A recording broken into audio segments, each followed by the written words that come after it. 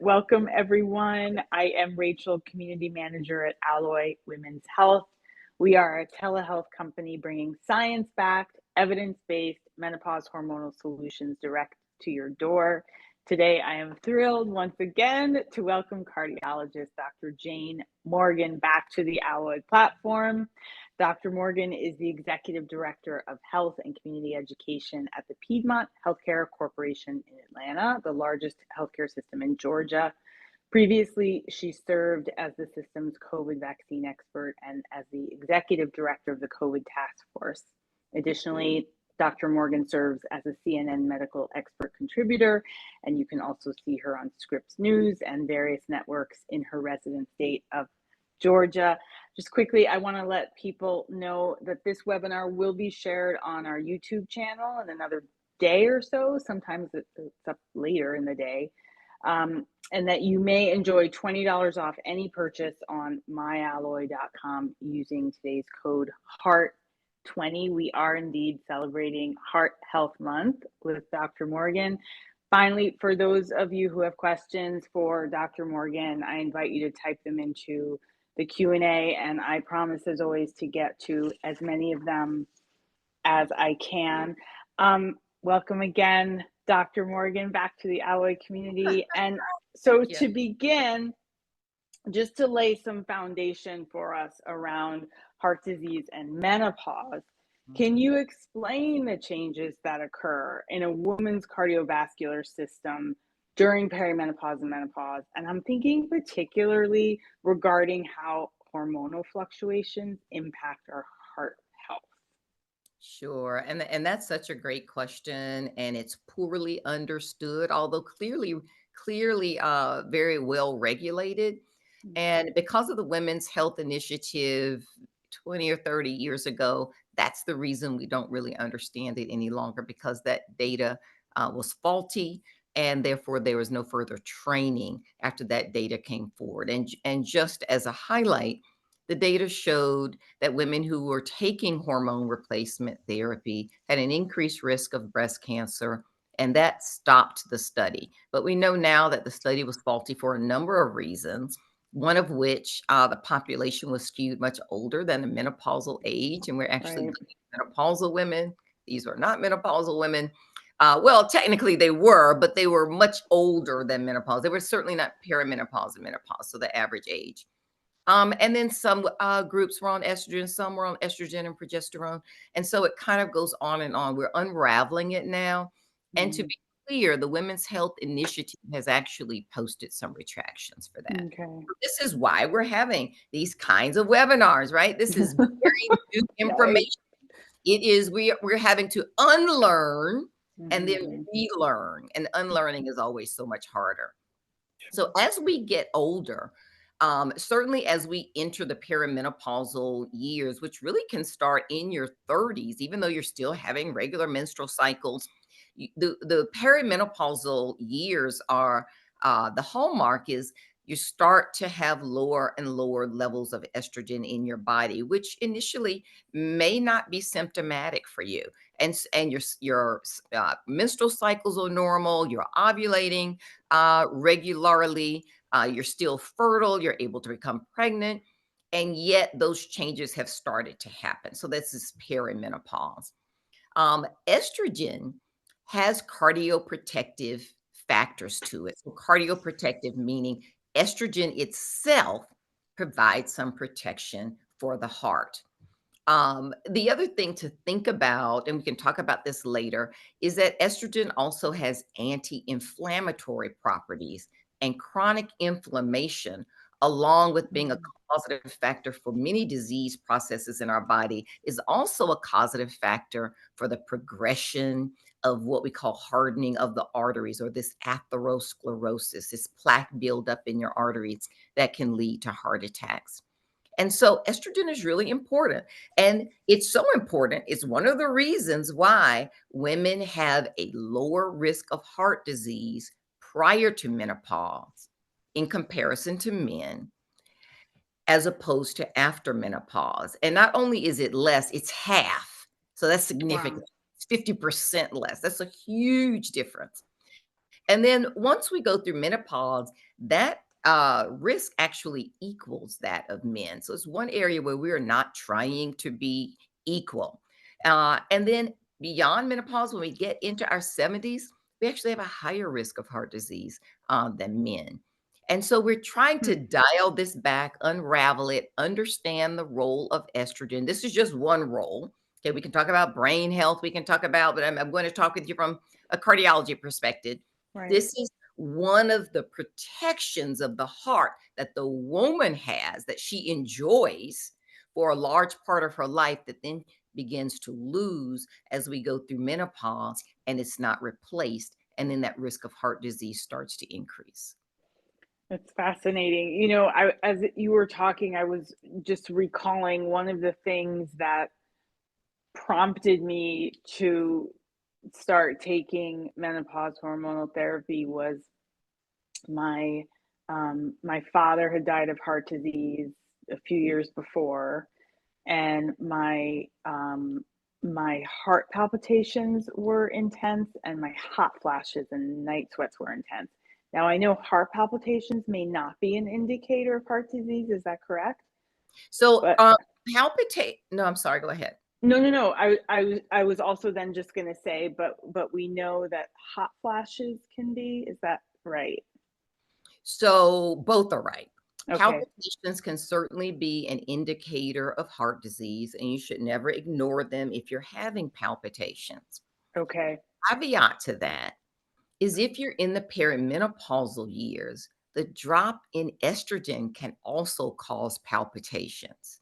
And Okay. so that would mimic heart disease in a patient when it's not actually heart disease.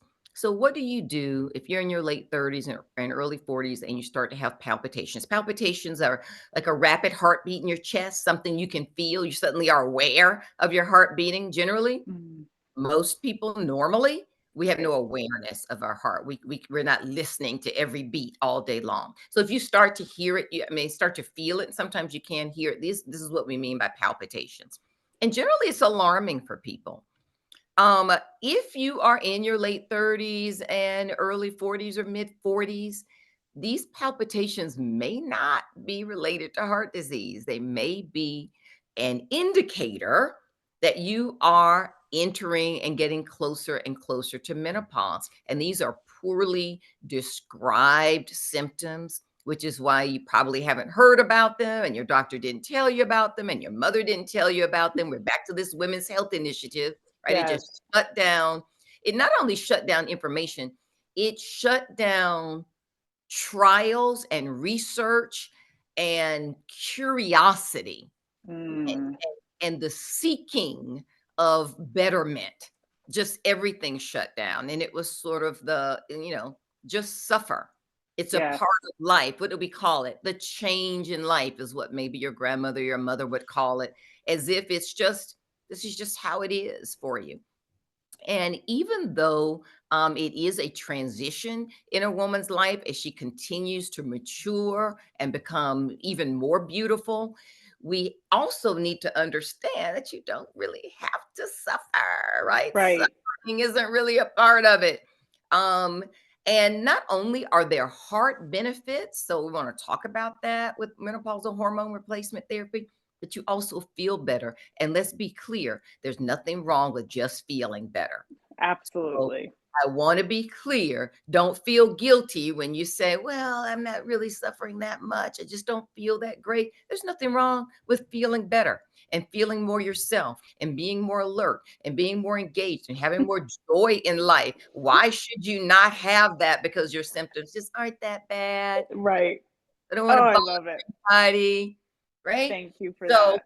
let's think about that. And so palpitations, I want to be clear from a cardiology perspective, even though if you're having them in this age range, they may not be related to heart disease, and a large percentage are not. Heart disease remains the number one killer of women and men. So it's the number one killer of Americans. And Mm, even during 3 years of COVID, at the height of our COVID pandemic, with our most number of deaths, COVID never dethroned heart disease as the wow. number one killer. That's how pervasive heart disease Mm, is. in our society. So I preface that to say, if you're having palpitations, don't just say, oh, this is probably me going through perimenopause. Let me just go and get some estrogen replacement or hormone therapy. The first thing you really should do is see your physician, see your cardiologist, get a cardiac workup, and make certain that you don't have a heart reason, a cardiac cause for these palpitations. If you're in that age range, you most likely do not, but we certainly don't want to miss someone because heart disease remains the #1 killer of all Americans.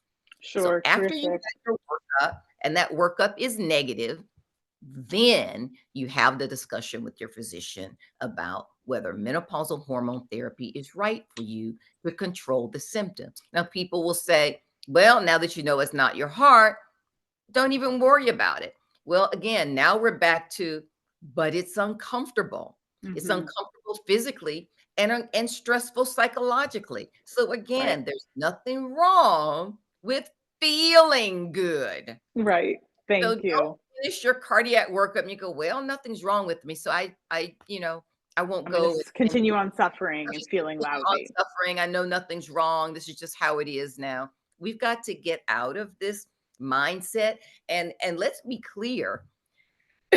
um in the United States of America and really globally, the plight or the position of women globally is suffering is accepted. Yeah. Women are supposed to suffer. We even accept that ourselves. Yeah. And should I say we accept it? Let's say it's normalized. Yes. It's normalized that we should suffer. So I want to be clear that even if your cardiac workup is negative, there's no reason that you need to continue to suffer. Mm. So, this is the conversation that we're having today. What does it mean? And also understand you may have information that even your doctor doesn't have now. You may be educating your physician. That is very true. And so this is how much we're on the forefront of this, where it still hasn't been introduced into medical training, into our textbooks, into our modules. We're just trying to get it out into physicians. We're connecting the dots between maternal health, let's be clear, and heart health, Mm-hmm. and what that Mm-hmm. handoff looks like, and how those two are intricately interconnected as we face this maternal mortality crisis Yes. in America.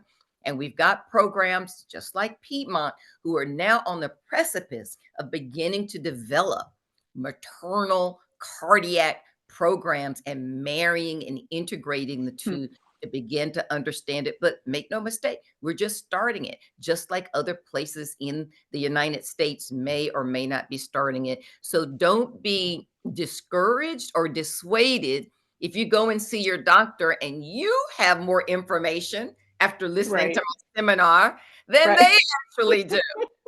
Right. Be prepared for Absolutely. that. Arm Be yourself, prepared. have the information, provide the resources. And then if you want to kind of skip that angst, I mean, you have a good relationship with your doctor, absolutely go in to see them. But do not be afraid to get a second opinion if Mm. your doctor is unaware or gives you information that is not an aggressive, what I would say intervention is not does not think that there's anything further that needs to be done. And Okay. there's nothing wrong with that. You don't have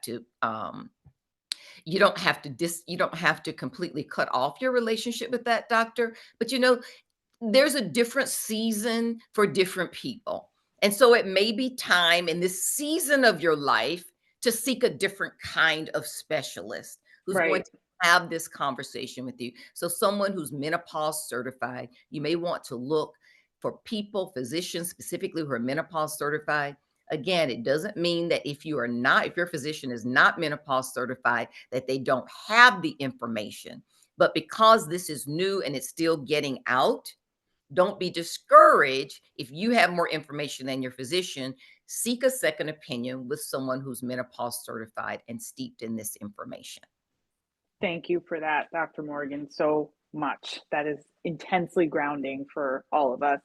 ahead, sort of supporting the rest of this conversation. Right. I was thinking as you were speaking that many of us don't realize the interplay between conditions like high blood pressure, cholesterol, blood sugar, if I'm not mistaken, and heart disease.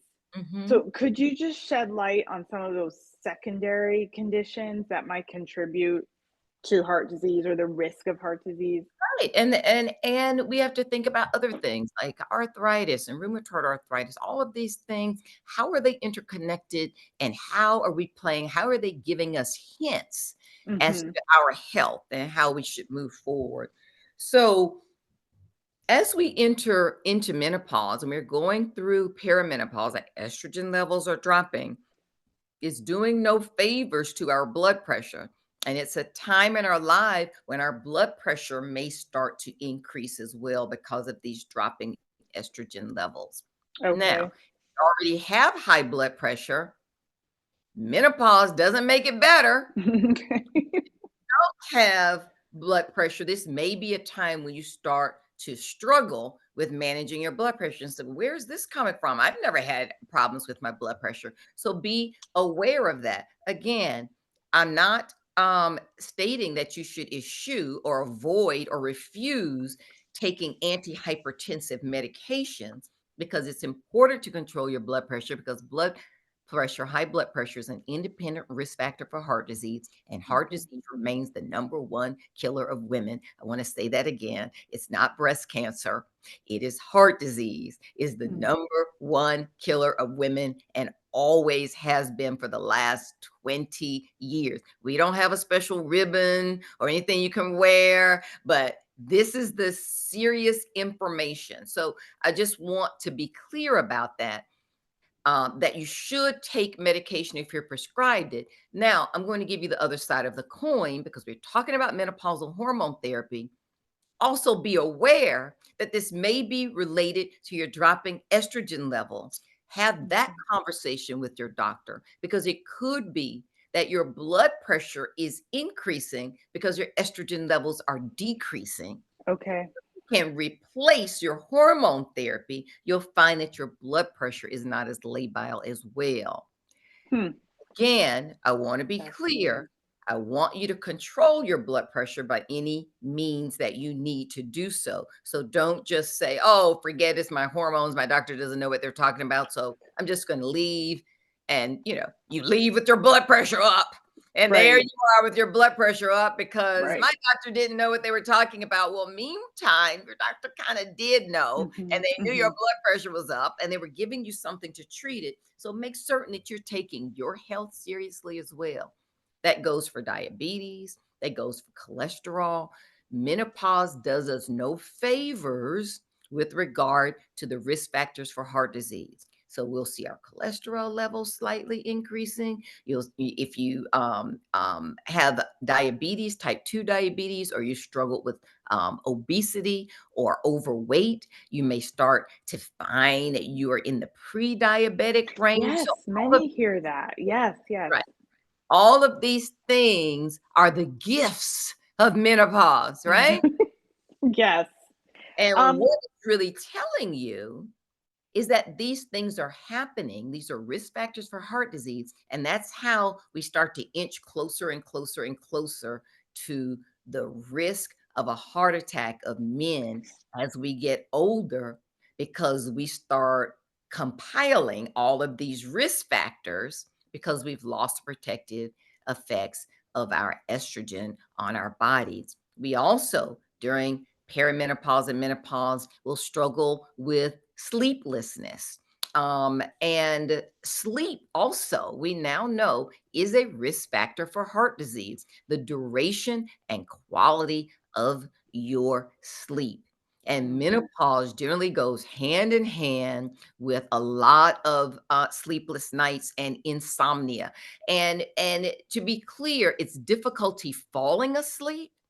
And once you are asleep, it's difficulty staying asleep for a long period of time. Those are the two types of insomnia that are very specific to heart disease and that we also see in women as we're going through menopause. So it's important to adjust your sleep, to address your sleep, and have good sleep hygiene because of those things. And then finally, as Rachel said, these hot flashes, which are now termed hot flushes. So if you hear either of these terms, hot flashes, hot flushes, they mean the same thing.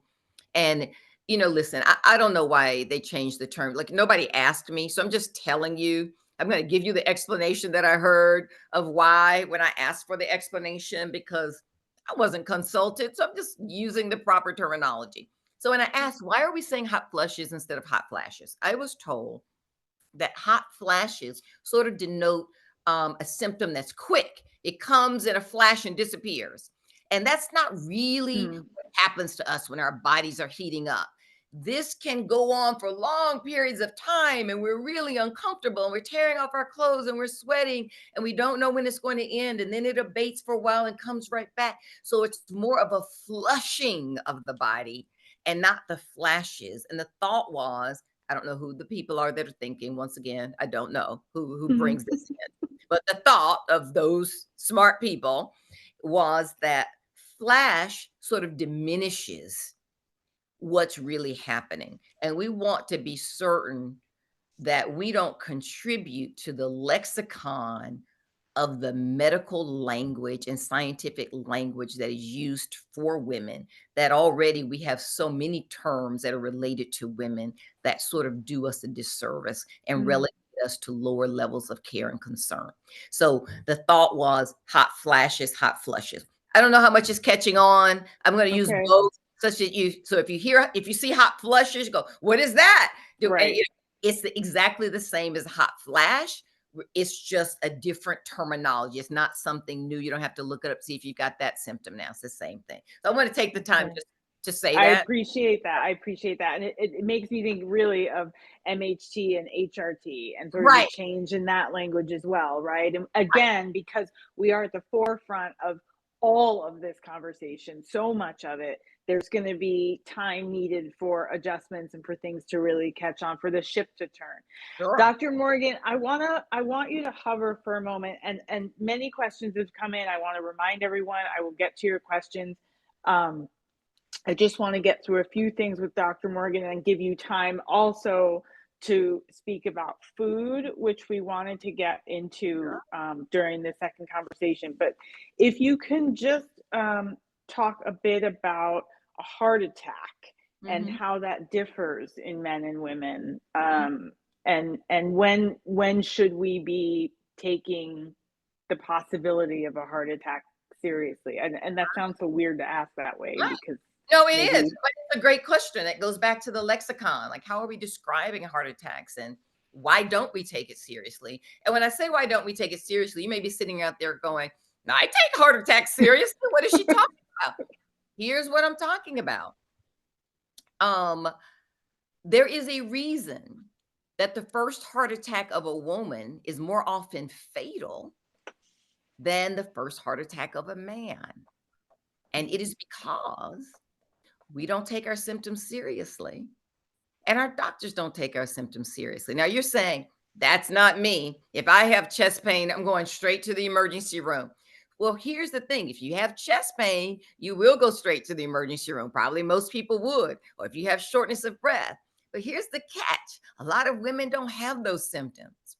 And because we're not taught what these other symptoms are of a heart attack that may be more specific to women, we're less likely to seek help for them because we don't recognize them as related to our heart. And here's the other caveat to that. Your physician may not either, because these types of symptoms are regarded as atypical, unusual. Atypical is the word that we use, and what it means is unusual, a deviation from the standard, not the norm, and other. You get othered, something else to think about, right?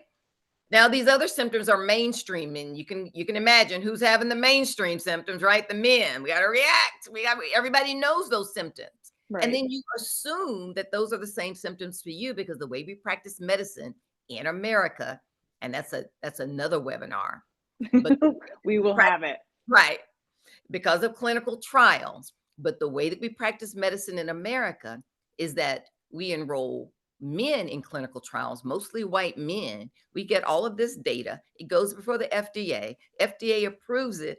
And then it's just extrapolated to all the rest of us. We have no idea if it has any relevance to us whatsoever. And let's be clear, the white population globally is only about 9% of the entire population in the world, in the whole world. And then if we narrow it down to just white men, let's say it's 4.5%. Right. So 4.5% of the world's population develops drugs for the other 95% of us. Right. Because drug companies make drugs that go out to the whole world. So what happens? Heart disease for women. You may not have this chest pain. You may just feel tired. What does that mean? You go into the emergency room because you feel tired? As a woman saying, I feel tired. Feel tired? Who goes to the emergency room because they feel tired? You may be run down. You might have cold and flu symptoms that just linger and you just can't seem to shake it, and it goes on and on. Going to the emergency room? Probably not. Yeah.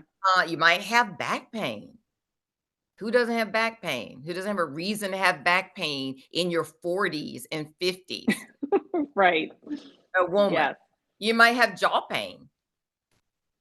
Jaw pain, does that make you think of your heart? It might actually send you to the dentist to have an oral exam, to have your teeth looked at. So these are symptoms that a woman is more likely to have. And so that's why I say we are more likely to ignore our symptoms of heart disease, not because we are not trying to take care of ourselves, but we've not been taught what the symptoms of heart disease really are. We have been taught what the symptoms of heart disease are on 4.5% of the population. Amazing. And here's the caveat to that. If we just look in the United States, the majority of people living in the United States are women. We're more than 51% of the population. So how did we get termed atypical? We've got most of the symptoms. Absolutely. So it should be the men who are atypical, but the men dominate the clinical trials and dominate the research and dominate medicine, the research. Right.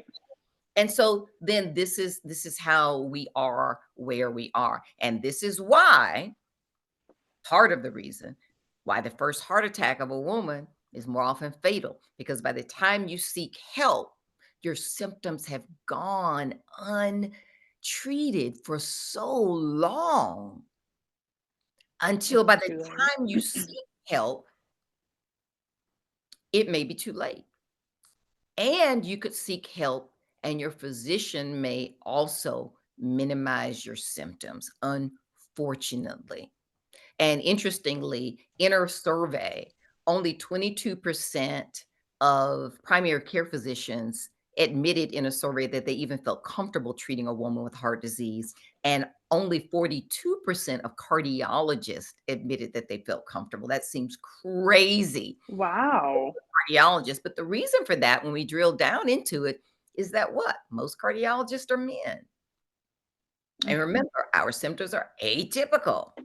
So even the word atypical means that you don't necessarily have to think about it all the time, right? It's not the main thing. It's something extra.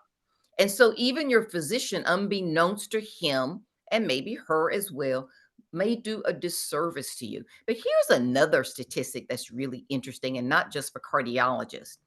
Female patients of female doctors have better outcomes than female patients of male doctors. And here's the kicker. Male patients of female doctors also have better outcomes. I would have finished that sentence for you. Just intuitively thought so. Yeah, that's fascinating. Female doctors got it going on. So, yes, you do. What we're doing. Yes, you do. Now, Dr. Morgan. Yes. I'm sorry to cut you off. I just want to pivot for a moment because I want to give enough time for all of our listener questions that have come in. When we sort of shared back and forth kind of what this talk would consist of, Right. there were a few things you definitely wanted to mention. One was clinical trials, which you did. I want to give you opportunity to expand on that if you want. One was movement, Pilates, which I know is near and dear to you, specifically was something you wanted to talk about. And one was nutrition. And I did want to just give us enough time to kind of dial in, you know, a fair amount on the food part. Because when I'm thinking about, as you're talking and you're illustrating, you know, your average person, your average woman who may, you know, she's perimenopausal and maybe she's starting to show symptoms, but she's not sure. And she decides to start taking hormones and they help, but she has a family history. She has a lot of stress. She has whatever all of the sort of real life indicators are. There are things that she can do sort of that address lifestyle, right? And that would be certainly the things in her kitchen, the things she's feeding herself, That's right. how she's moving her body, how she's mitigating stress. So I want to give you opportunity to speak to any and all of those things. Yeah. And excuse me, that is such a good point. When we look at nutrition, and that means food, we are understanding increasingly that food is medicine. And this is really our primary medicine. It's also our primary preventive medicine. And so, how are you dosing yourself every day? And this is what we need to start to think about. Now, remember earlier in the webinar, I talked about how inflammation impacts our bodies for heart disease. So, chronic inflammation in the body, our bodies have inflammation, right? We have acute inflammation where we respond to trauma to heal ourselves. We respond to infections, but the body was not made to be in a chronic state of inflammation. And there are specific things that keep it in a chronic state. Obesity keeps your body in a chronic state of inflammation. Inflammation increases your risk of not only heart disease, but also cancer. And it may be the reason why we are seeing cancer rates increasing in a younger and younger demographic, even though they're decreasing overall in this country, except for one demographic, this younger demographic that has struggled more with obesity than any other generation, and those cancer rates are increasing. We also see chronic inflammation in arthritis and arthritic conditions. We didn't talk about arthritis too much today, but it's something we can think about with menopause. So food can have anti-inflammatory properties. Food can, for simplistic purposes, be divided into two categories: pro-inflammatory, meaning it promotes inflammation, or anti-inflammatory, meaning it fights against inflammation. So you would like to be in the anti-inflammatory category, if when at all possible. And oftentimes people say, well, I like eating meat and I like eating, and so I don't think I can be anti-inflammatory. Well, here it is. Anti-inflammatory doesn't mean no meat necessarily. It means the types of meat and how it's being prepared, and whether or not you're getting enough protein, especially as you're getting older. And meat does provide protein. I'm not a proponent of meat, but I'm not anti-meat. If you really think that you must have meat, you can have meat on an anti-inflammatory diet, because protein is important to maintain our muscles. As we get older, we actually need more protein. And here's a way to calculate how much protein you need in your body. Just on average, you can take your ideal weight at 25. Your ideal weight now, not what you actually weighed, because we know that obesity is an issue in our society. So what your ideal weight was at 25, and then multiply that by 0.7, that will give you just on average the amount of protein per day that you should have. And generally, that number is somewhere between 88 and 120 for women. So if you're talking about I'm sorry, I'm laughing because I'm right, trying to calculate my ideal weight at 25. right. It's got to I be haven't close to seen what your that in a long time. it's got to be close to what your weight is now. You're not overweight. But I'm gonna give you an example. Let's say your ideal weight, just round. I'm just throwing it out there. Sure. 124, 125 pounds for maybe a smaller woman at Mhm. 25. Multiply that by 0.7. And so I'm just doing this in my head. So Mhm. the amount of protein that you should have is somewhere in my head, like 85, 86, 87, right? So that puts you right in that range of what I said, 88 to 120 um, Mhm. grams of protein. And you can get that in lean cuts of chicken, lean cuts of poultry. Salmon is still very good. Wild caught salmon more so than farmed salmon. So think about those as opportunities to introduce protein into you as we age. Because as we get older, we actually begin to lose muscle mass, and it's harder and harder to maintain it. So having Right. protein in our diets is important. Now, now for those of you, I'm going on the opposite side who are like, I'm vegan, I'm vegetarian, I'll never touch meat. Stop telling me about meat. So, okay, now I've talked to people who absolutely would like to have some meat in their diets. That's fine. Now, if you don't, then you can get this protein in beans and things like that. So you want to Okay. think about where that is. So anti-inflammatory. That's how we try to keep up our muscle mass. We keep up muscle mass. What does that do? Decreases our risk of falls, decreases your risk of injury, that all of that. Secondly, when we look at anti-inflammatory foods, just in general, we want to look at fruits and vegetables because they tend to have the type of vitamins and nutrients that continue to fight disease processes. Now, and so let me just keep going on that level. So like Okay. if you look at fruits, the berries tend to have higher anti-inflammatory um um components than other types of fruits. So if we look at vegetables, some of the greener, more leafy vegetables tend to have more anti-inflammatory. But something just to remember, just in general, let's just remember in general, colorful and texture. Mm.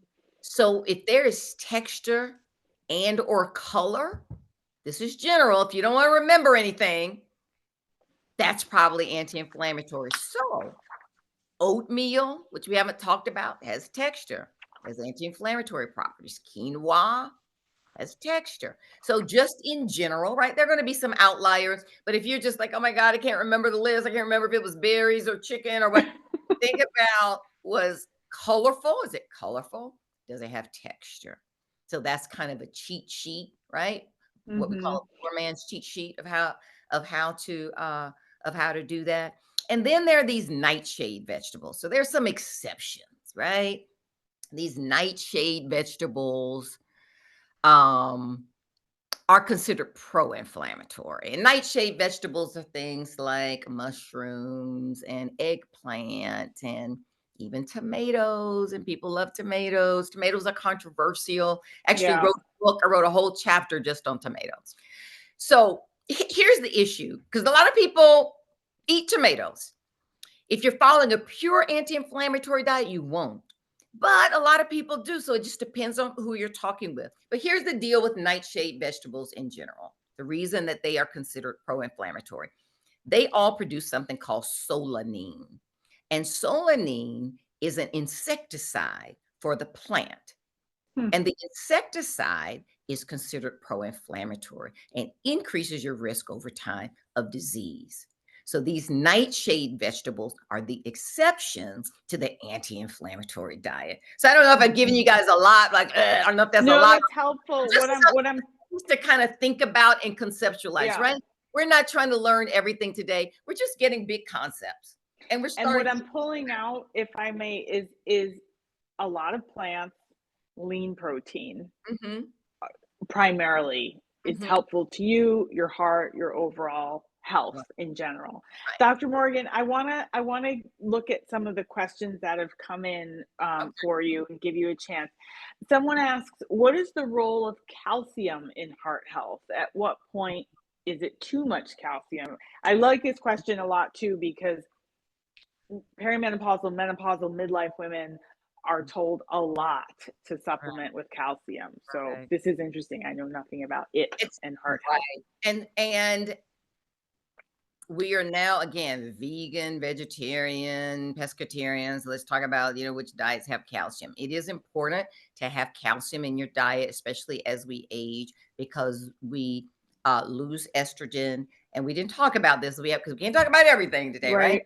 Right. And that impacts our bones. It increases your risk of osteoporosis. I'm wondering, since you are posing it to me as a cardiologist, is if what you're getting at is the calcium score.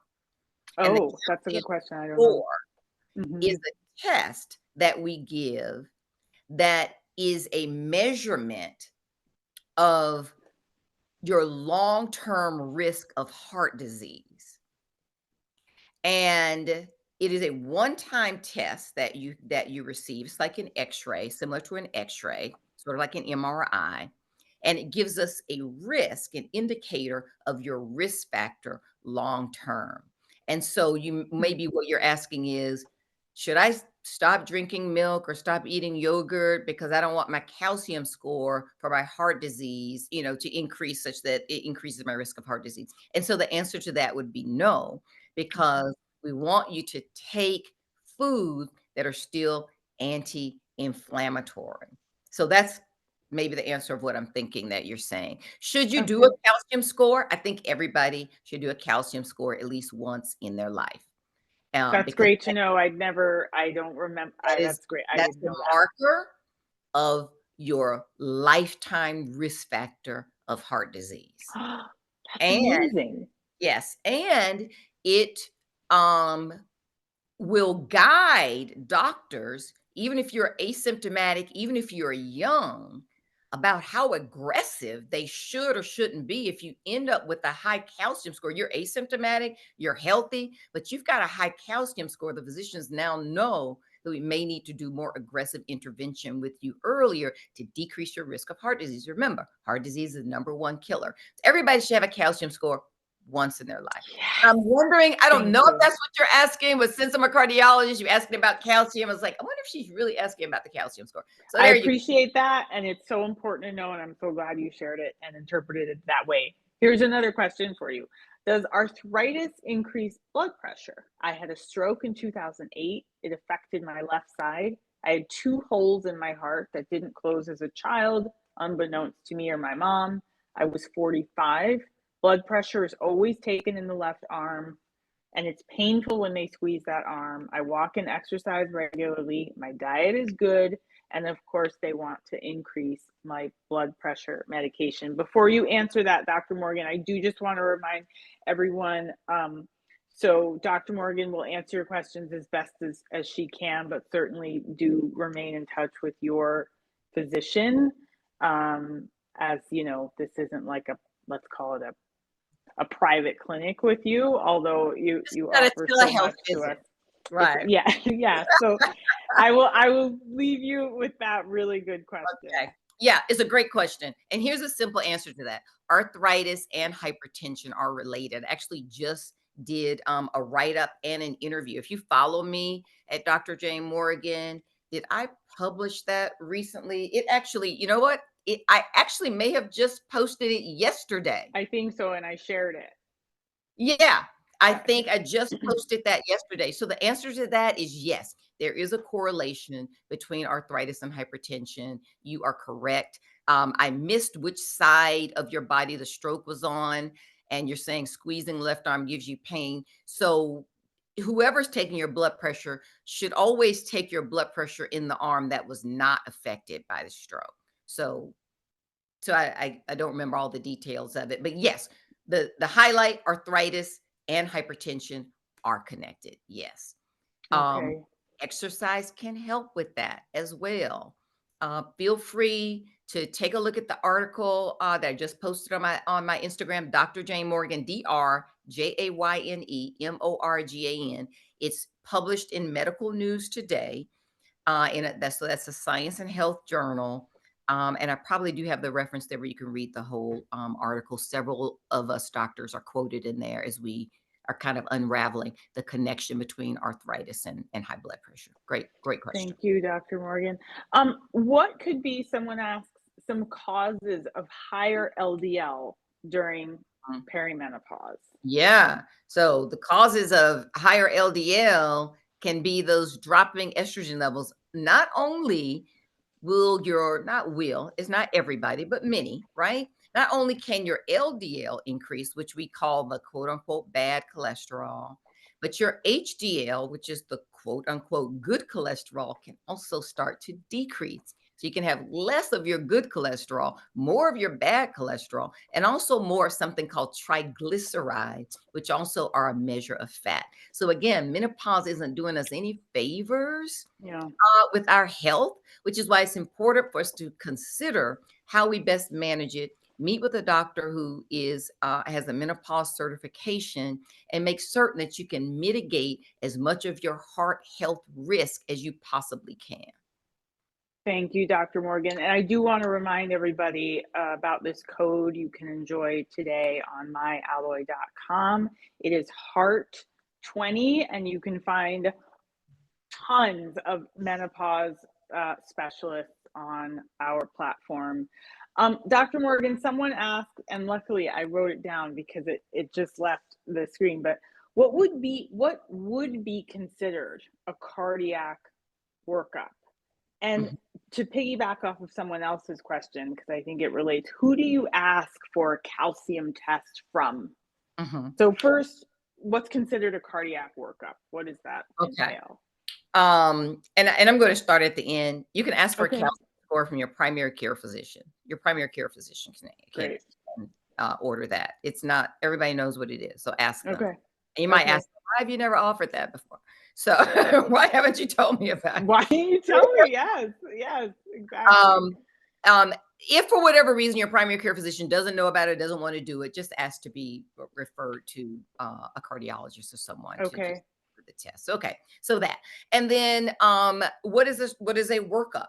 So a workup really is driven by your symptoms. And I am a proponent of this is not the best way to practice medicine. But this is how we practice medicine in America. You get sick and then you see the doctor, right? We don't practice. Here are all the things you're going to come in and we're going to do them even though you have no symptoms. So a cardiac workup generally will start with just the basic EKG, also known as an ECG, the electrocardiogram. That's where they'll put electrodes on your chest and you see the little squiggly lines go across the paper.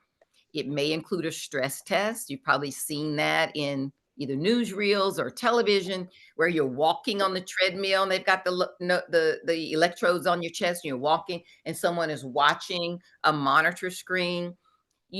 For people who can't walk or don't walk well, you can do it with a bicycle. If you aren't able to use your legs that well, then we also have pharmacologic stress test where you can lie on the bed and we actually inject you with a substance that can mimic an increase in your heart rate. So all of those kinds of things. So it would start with that EKG and a stress test. Those two results would determine what trajectory you go in after that.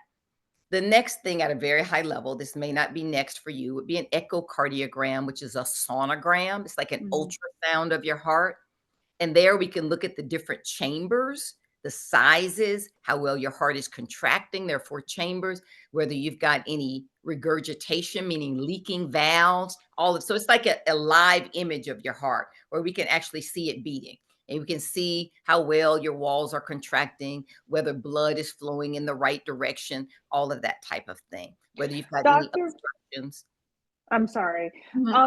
Dr. Morgan, if you're not taking MHT, why would you necessarily get a cardiac workup prior to MHT? What is it that's sort of giving you the go ahead to do so? Right. And so the way we practice medicine is nothing would. Unfortunately, menopause is not an indicator for a cardiac workup.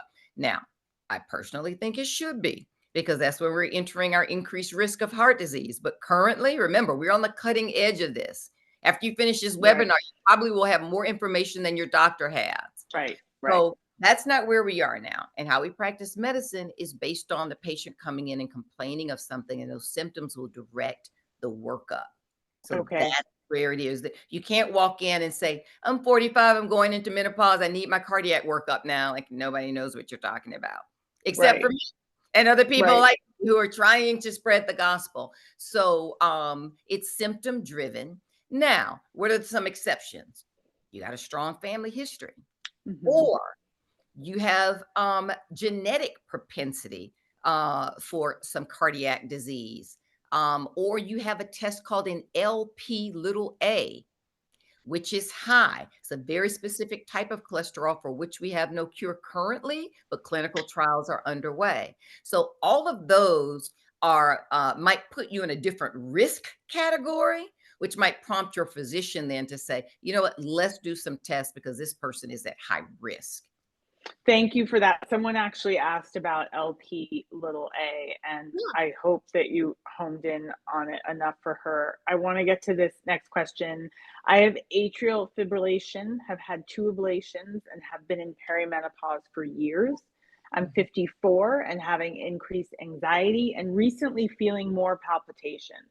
How do I know if it's my AFib kicking in again or if it's hormonal related palpitations? Thank you for sharing all of the crucial information. Can I just say really quickly, I feel like, you know, again, sort of the umbrella should be, or not should be, but could be the sort of resolve that MHT brings to so many symptoms. Now, that being said, you know, please speak to this person's question. It's so important, but I feel like we just can't get away from how important the hormones are to women. So let me just repeat. Sorry, I have AFib, have had 2 ablations, and have been in perimenopause. How does she know if it's her AFib kicking in or if it's hormonally related palpitations? Okay, so there's a lot of information missing here that I would have for a physician. So let me just say at a high level, it sounds like you have real cardiac disease from your electrical perspective, electrical conductance issues. You've had 2 ablations already. And so I do not think it's wise for you to dismiss your palpitations as related to menopause when you know you've had atrial fibrillation and you've had actually 2 interventions with ablations. So make certain that you stay in contact with your cardiologist with regard to any further palpitations that you have. In fact, you should have an event monitor, or you can, you know, you probably have had one before if you have atrial fibrillation, but some way that your physician can monitor you either remotely or there to see when you're having these palpitations, if you're actually having repeat runs of this atrial fibrillation, if your atrial fibrillation is still not controlled. I want to be clear, palpitations, atrial fibrillation can cause palpitations, but palpitations don't mean that you have atrial fibrillation. So you've got a diagnosis of atrial fibrillation, so that confuses your palpitations. This is what I mean when you have palpitations. Make sure you see your doctor and get a workup first to make certain there's not a cardiac cause for it. And certainly perimenopause and menopause are not doing any favors to your atrial fibrillation. And so I'm not saying that you should not go on to hormone therapy, but have that conversation with regard to whether or not you should be doing both. But it sounds like you have real atrial fibrillation. Dr. Morgan, are you able to give us maybe another 7 minutes so it would bring us to 1:35, or are you a hard stop at 1:30? I'm close to a hard stop, but we can go. No problem. No want to talk about exercise and that sort of stuff. I wanted to give you opportunity to do that. I just want to ask one more question that hopefully you'll have time to answer, and then say what you will about exercise, fitness, and then we will close up. Do you recommend regular testing for C-reactive protein and homocysteine for a menopausal woman? As far as regular testing, I don't think you need regular testing. And for people who don't know what this person is talking about, these are inflammatory markers, like general inflammatory markers. They are non-specific as well. And so I would say if you want to do it, you can do it. You can talk with your physician, but I think it's probably more appropriate for you to try to manage your health with diet and exercise and an anti-inflammatory regimen than checking inflammatory markers in your blood to kind of determine. I don't know why you would why you're doing it, but let's say, that determines then how you're going to live your life. I think regardless of what those results are, you still should be following a preventive care diet. So I'm not sure why in particular you would be doing it if you're asymptomatic. Again, I don't have a lot of information about you or what this is in relation Sure. to, but just in general, these are inflammatory markers that give you an idea of inflammation in your body, and they're non-specific. Tell us what you will about exercise, movement, fitness. It is important. I do want to end on exercise because it is important as aging, as we continue to exercise, and that we do so in a number of ways for heart health. One, we know for heart health that walking can be incredibly helpful. Just the act of walking, it provides resistance because it's, anti-gravity. You're having to walk, excuse me, against gravity and stand upright. Very, very, very helpful. But we also know that it decreases your risk of heart disease, and it is related to the amount of steps that you take. Now, we used to say 10,000 steps a day. That's what you do. Right. We now know you don't need to go 10,000 steps, right? We know as few as 2,500 steps, which is about 1.25 miles. So on average, 500 steps, should we say, is about a quarter of a mile. Mm. So 1.25 mile, many people get that in just in your regular everyday, right? Not even taking a Sure. walk. But just Mhm. think about that. And then walking, we know, has a lot of benefits of mental clarity as well, and stress reduction, which we also know is also important for heart disease. And then weight resistance. And I see a lot of people lifting weights and heavier and heavier weights as you get older, which is fine. Something that concerns me when I see people often is that they have poor form. And the Mm. heavier weights that you lift, the more likely you are to injure yourself. And so if you're lifting weights to be healthy and then you injure yourself and you've got to be sidelined for 3 months while the injury recovers, and then you come back to lift weights and then you injure yourself again and you're sidelined, you're completely undermining Sure. efforts. So Mhm. go as heavy as you can by maintaining good form. And if you don't know what good form is, maybe watch YouTube, or you can watch me as well. I do Pilates, Yeah. or maybe pay for just 1 or 2 sessions with a personal trainer who can at least, they don't have to work with you every day, but you understand then what good form is to have your body ready. And then Pilates, I want to talk about Pilates because I'm a big proponent of Pilates. We don't necessarily use heavy weights, but you use your body as resistance. We do a lot of things like things called single arm tricep push-ups, or these kinds of things where you use your body as the weight, and our bodies are heavy to push against to continue to strengthen our bodies. It works on flexibility and strengthening, and I say a lot that it works on flexibility, and strengthening and lengthening. So long, lean, toned muscles, but we do need increasingly more and more of that as we get older. So make certain we have no animal model to follow with regard to aging, because most mammals do not live beyond their reproductive years. Human beings are an exception. So we don't really have an animal model. Whales are an exception. They're in the ocean, but there really aren't land mammals that live beyond their reproductive year. So this is all new. We're all on the precipice of this. Right. Again. Yeah. Know what we need to maintain this, and stay tuned. As we get more information, I'll tell you more information. Dr. Jayne Morgan, go see a specialist. Find a menopause specialist if you can. We are them at Alloy Women's Health. Estrogen is cardioprotective. Move your body. Know that your own body weight is useful. Take a walk. Eat more plants. What have I missed? Yeah. And I'll probably start posting some more things on Pilates. So I'm at Dr. Jayne Morgan, DrJayneMorgan. I am a Pilates instructor. I've got 17 certifications in Pilates. I teach every single week, including this morning. I do have classes. If you ever want to take classes with me, you can enroll Pilates with Dr. Jayne, Jayne, on Instagram, DM me. I teach all my classes virtually, but it's about being healthier and healthier and healthier as we go through midlife, and having this community to keep us together, pulling us together, encourage one another, and make certain that we are living full lives. We do not have to suffer. That should not be a part of our DNA.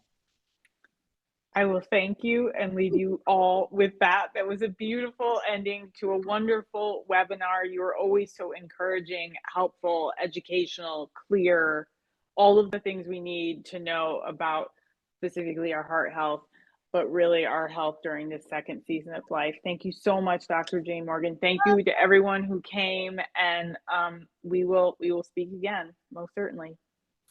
All right. Goodbye, everybody. Bye, everybody. Thank you.